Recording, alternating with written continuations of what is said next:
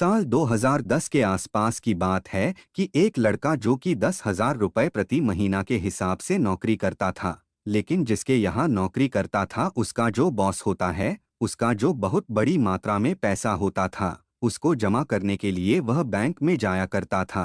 जब बैंक में आना जाना लगा रहता था तो कैश काउंटर पर एक लड़की बैठी थी। उस लड़की को देखकर लगता था कि इस लड़के के पास कितना सारा पैसा है। यानी कि यहाँ से बातचीत का सिलसिला शुरू होता है। एक दिन लड़की ने उससे बातचीत की और बातचीत का सिलसिला शुरू हुआ तो दोनों के बीच में दोस्ती हो जाती है। दोस्ती के बाद दोनों में प्यार हो जाता है और प्यार की कहानी को महज 7 दिन ही हुए थे। अभी बातचीत का सिलसिला शुरू हुई और 7वें दिन ही वो लड़की अपना सब कुछ यानी कि सोना चांदी जो भी घर में सामान रखा था उसे लेकर और उस लड़के के पास आ जाती है कि मैं अपना सब कुछ छोड़कर तुम्हारे लिए आ गई हूँ। लेकिन लड़का कहता है कि देखो तुम मेरे लिए आ जाओ, लेकिन जो भी अपने घर से सामान लेकर आए हो, सोना चांदी जेवरात, इन्हें वापस रख दो और उसके बाद फिर रहते हैं। इस लड़के की इस दिन किस्मत बदलने वाली थी और बदल भी जाती है। वह उस लड़की से वह शादी कर लेता है। शादी हो जाती है। लड़के का नाम होता है अरमान मलिक, जिसका असली नाम संदीप होता है, और लड़की का नाम पायल होता है। दोनों की शादी हो जाती है। कुछ सालों के बाद उनको एक बेटा पैदा हो जाता है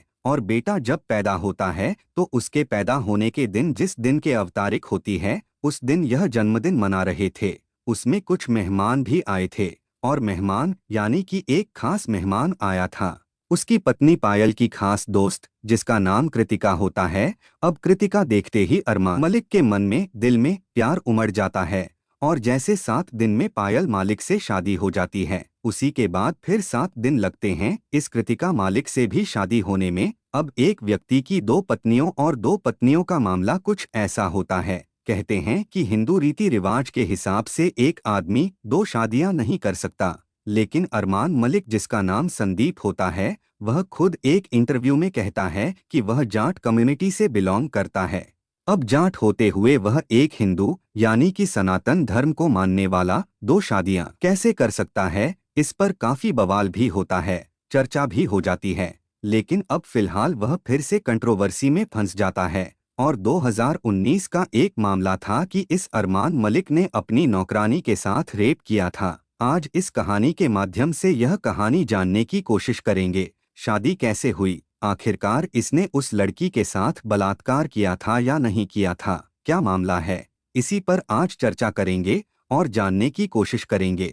दोस्तों, मैं जो कहानी सुनाने जा रहा हूँ यह सच्ची घटना शुरू होती है 21 जून 2024 को जियो सिनेमा पर एक कार्यक्रम जिसका नाम है बिग बॉस ओटीटी सीजन 3 शुरू होता है।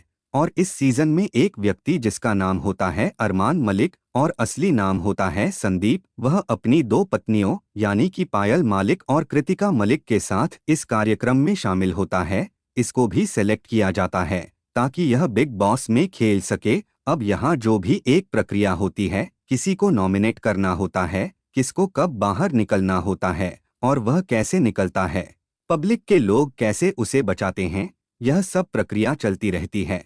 और यह लोग बाहर की दुनिया से पूरी तरह से कटे हुए होते हैं और हर वक्त इस बिग बॉस के घर में जितने भी लोग रहते हैं सब पर कैमरे की नजर रहते हैं। इस बिग बॉस के अंदर 2 दोस्त होते हैं, एक का नाम लवकेश कटारिया और दूसरे का नाम विशाल पांडे होता है। दोनों जब आपस में बातचीत कर रहे थे उस वक्त जो कृतिका का आना जाना, कभी जिम करना, कभी अच्छे से कपड़े पहन के निकलना, तो लवकेश कटारिया से जो विशाल पांडे होता है वह कहता है कि भाभी अच्छी लगती हैं।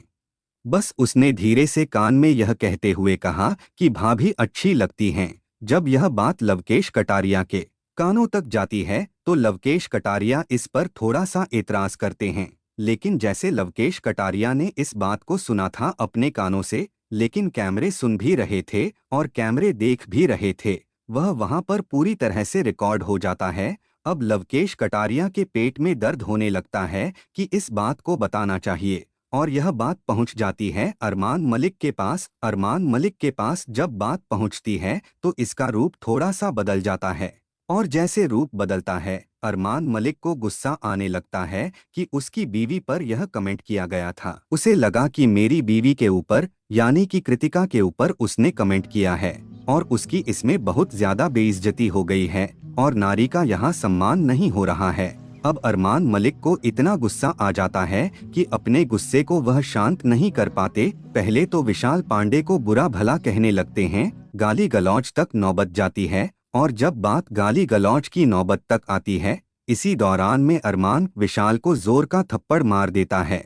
यानी कि अरमान मलिक अपनी बीवी कृतिका के वजह से, कृतिका के लिए विशाल पांडे जो कि बिग बॉस OTT सीजन 3 में खेल रहा है, जो कि उसमें सिलेक्टेड है, उसको जब थप्पड़ पड़ता है तो उस थप्पड़ की गूंज पूरी हिंदुस्तान में सोशल मीडिया के माध्यम से फैल जाती है कि किस तरह से अरमान मलिक की पत्नी के ऊपर एक कमेंट किया गया और किस तरह से फिर अरमान मलिक ने अपनी पत्नी का बदला लिया। अब यह अपने कमरे में ही सब चीजों को कैद किया हुआ था। अब जो कैद किया हुआ है तो वह भी इस चीज जब सामने आती है तो उसे पता चलता है कि विशाल पांडे का जो कहने का मतलब था वह उस तरह से नहीं था जिस तरह से अरमान मलिक ने समझा। यानी कि उसका जो द्वेष था वो गलत नहीं था, जो बात कही थी उसने गलत अर्थ में बिल्कुल नहीं कही थी। अब यह बात क्लियर हो जाती है, तब जाकर अरमान मलिक को एहसास होता है कि यह तो गलत हो चुका है। बस इतना था कि अब जो बाहर की दुनिया है, यह तो एक बिग बॉस की दुनिया थी, लेकिन बाहर की दुनिया सोशल मीडिया की दुनिया, हजारों लाखों करोड़ों लोग हैं जो बाहर देख रहे हैं और देखने के बाद अपनी अपनी तरह से प्रतिक्रिया दे रहे हैं। अब विशाल पांडे की जिंदगी में तो लोगों ने झांकने की कोशिश नहीं की, क्योंकि वह व्यक्ति उन्हें लगता है कि बिल्कुल ठीक है, उसने ऐसा कुछ गलत नहीं किया है। लेकिन अरमान मलिक की जिंदगी में जब लोगों ने झांकने की कोशिश की तो उसकी जिंदगी का एक ऐसा पन्ना खुल के सामने आता है जिस पन्ने से उसकी जिंदगी बिल्कुल बद से बदतर होने की तरफ हो जा सकती है। दरअसल यह कहानी शुरू होती है एक 11 साल की लड़की से। 11 साल की एक लड़की ने पुलिस को रिपोर्ट दी थी। 7 जून 2019 को दिल्ली का एक थाना है निहाल विहार में रिपोर्ट दी जाती है। उसमें बताया जाता है कि 3 भाई उसके अलग रहने लगते हैं। वह अपनी माँ और छोटे भाई के साथ रहती है। घर की स्थिति ज्यादा अच्छी नहीं थी, इसलिए उसे काम की जरूरत थी। अब चाहे झाड़ू हो, पोंछा हो, बर्तन हो या खाना बनाना हो, इस तरह का जो काम होता है उसे काम मिलेगा तो काम करेगी। यानी कि वह पैसे कमाना चाहती थी जिससे उसका परिवार का खर्च चल सके। इसी बीच में उसे संदीप नाम के लड़के के यहाँ नौकरी मिल जाती है, जिसका अभी वर्तमान में नाम अरमान मलिक के नाम से लोग जानते हैं, संदीप मलिक के यहाँ। अब उसने काम करना शुरू कर दिया। जब वहाँ काम कर रही थी तो काम करते करते उसकी एक बीवी पायल होती है। दूसरी बीवी साल 2018 में जो उसकी बेटे का जन्मदिन था तो उसमें एक लड़की से दोस्ती हो जाती है। दोस्ती जो होती है वह पायल की खास दोस्त होती है।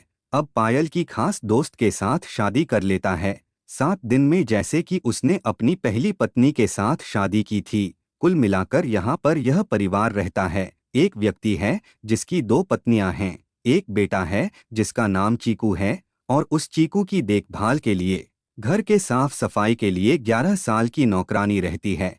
एक वक्त ऐसा आता है, दिसंबर 2018 का यह वाक्य था। परिवार के ज्यादातर लोग अहमदाबाद गए हुए थे और जब वहां अहमदाबाद गए होते तो यहाँ पर अरमान मलिक अपने घर पर रह जाते हैं। यह मीडिया रिपोर्ट कहती है। जब अरमान मलिक अपने घर पर रह जाते हैं और साथ ही जो एक बोल बात सोशल मीडिया पर फिर की काफी वायरल हो रही है, उसमें भी इस चीज का हवाला दिया हुआ है। अब यहाँ पर यह लड़की जो 11 साल की नौकरानी है वह घर पर रहती है और अरमान मलिक भी घर पर ही होते हैं। इसी बीच में उसको एक इंजेक्शन दिया जाता है जिसमें बताया जाता है कि ड्रग्स का इंजेक्शन था। जब उसको नशा हो जाता है तो वह उस लड़की का रेप कर बैठते हैं। अब यह लड़की बहुत ज्यादा डर जाती है, क्योंकि इसके साथ 1-2 बार मारपीट भी हुई थी। 1-2 बार नहीं, काफी बार हुई। जिस तरह की बातें सोशल मीडिया पर वायरल हो रही हैं। अब इस लड़की का जब रेप होता है तो वह डर की वजह से अपने परिवार, अपनी माँ या अपने भाई से कह नहीं पाती है। अब जो कह नहीं पाती है तो वह सामने वाले के अंदर और हिम्मत बढ़ जाती है। वक्त आगे बढ़ जाता है, जो वक्त आगे बढ़ता है, क्योंकि उसके साथ फिर ऐसा बताया जाता है कि बार बार उसके साथ रेप होने लगता है। तभी लड़की 7 जून 2019 को दिल्ली के निहाल विहार थाने पहुंचती है। वहां पर FIR दर्ज कराती है। रिपोर्ट दर्ज करने के बाद मामला पुलिस तक पहुंच जाता है। पुलिस इस मामले में जो भी कार्रवाई होती है, चाहे धारा 161 के बयान हो या धारा 164 के बयान हो, जब बयान लिए जाते हैं तो बयान लेने के बाद पता चलता है कि इसमें पायल मलिक का भी इन्वॉल्वमेंट होता है, यानी कि नौकरानी के साथ जो हो रहा था वह पायल मलिक को भी जानकारी थी। लेकिन पायल मलिक ने कहीं ना कहीं अपने पति को सपोर्ट किया था। अभी मामला जब अदालत पहुंच जाता है और आरोपी की गिरफ्तारी के लिए दबिश दी जाती है तो ऐसा दिन आता है, तारीख आती है 23 सितंबर 2019 को गिरफ्तार के लिए जाता है। ऐसा मीडिया रिपोर्ट कहती है। जो मैंने मीडियम सर्च किया है तो यह अरमान मलिक लगभग 14 महीने तक जेल में रहते हैं। उसके बाद इन्हें जमानत के लिए अप्लाई करते हैं, आवेदन करते हैं, उनको जमानत मिल जाती है और यह फिर अपनी जिंदगी में जैसे इनका एक जीवन जीने का एक लाइफस्टाइल है, उसको जीने का एक अपना मामला है। ये सोशल मीडिया के अलग अलग प्लेटफॉर्म, चाहे वह इंस्टाग्राम हो, चाहे वह यूट्यूब हो, चाहे वह फेसबुक हो या अन्य प्लेटफॉर्म पर यह वीडियो बनाते हैं। अपने परिवार की जो दिनचर्या है वो उसे दिखाते हैं, कैसी रहती हैं, कैसे नहीं रहते। एक वक्त उनके साथ ऐसा था जब इनके पास 35,000 की रकम नहीं थी, तब यह अपनी माँ का इलाज करने में भी असमर्थ हो जाते हैं और शायद पता चलता है कि उनकी माँ की मौत भी हो जाती है। लेकिन आज यह दौर है कि उनके मिलियंस में फॉलोअर हैं, इनको करोड़ों लोग चाहते हैं। साथ ही जो उनकी पत्नी है वह भी ब्लॉगिंग करती हैं, जो दूसरी पत्नी है वह भी व्लॉगिंग करती हैं और अच्छे खासी इनकम भी हो जाती है। लगभग बताया जाता है कि 200 करोड़ रुपए के आसपास उनके नेटवर्थ इनकम है। अब वह कितना सच है कितना नहीं, एक इंटरव्यू के दौरान इन्होंने खुद से ही स्वीकार किया था और एक इंटरव्यू के दौरान इनसे पूछा भी गया था कि जो आपके ऊपर एक 11 साल की लड़की का रेप करने का जो आरोप लगा है उसमें कितनी सच्चाई है कितनी नहीं है। तब कहते हैं कि मुझे पूरा कानून पर भरोसा है, जो एफआईआर वगैरह हुई है वह एफआईआर गलत हुई है और कानून पर पूरा भरोसा है। कानून इसमें अपना काम करेगा और जो दूध का दूध और पानी का पानी हो जाएगा और जिस दिन भी यह क्लियर चीज सामने आएंगे तब देख लेना कि मैं बिल्कुल साफ हूँ। उसने कुछ इस तरह की अपनी बात कही। पायल जो होती है वह भी कहती हैं कि झूठा मुकदमा है, लेकिन इससे तो यह साफ जाहिर होता है कि कहीं न कहीं मुकदमा तो है। अगर मुकदमा है तो बात चल रही है और मामला चार्जशीट लग चुकी है, अदालत में विचाराधीन। अब अदालत में जो सबूत रखे जाएंगे, जो बयान होंगे, जो भी इसमें जांच पड़ताल की गई होगी, इस रिपोर्ट के आधार पर अब यह दोषी पाए जाते हैं या नहीं पाए जाते हैं, यह तो भविष्य के गर्भ में छिपा हुआ है। लेकिन जिस तरह से बिग बॉस ओटीटी सीजन 3 में विशाल पांडे को थप्पड़ मारने के बाद और यह बहुत ज्यादा चर्चाओं में आ जाते हैं, तो लोग उनकी निजी जिंदगी के बारे में झांकना शुरू कर देते हैं और उनकी 2 पत्नियों की बात हो या फिर 11 साल की नौकरानी के साथ रेप की बात हो, यह चर्चा का विषय बन जाता है। यदि यह एफआईआर सही है, यदि चार्जशीट का मामला बिल्कुल ठीक है और अदालत में यह सबूत सही पाए जाते हैं तो इन्हें उम्र कैद की सजा भी हो सकती है। बाकी जो भी है यह क्लियर तभी हो पाएगा जब अदालत अपना निर्णय देगी। दोस्तों, इसे पूरे घटनाक्रम को सुनने का उद्देश्य है किसी को परेशान करना नहीं है, किसी का दिल दुखाना नहीं है, बल्कि आपको जागरूक करना है, आपको सचेत करना है।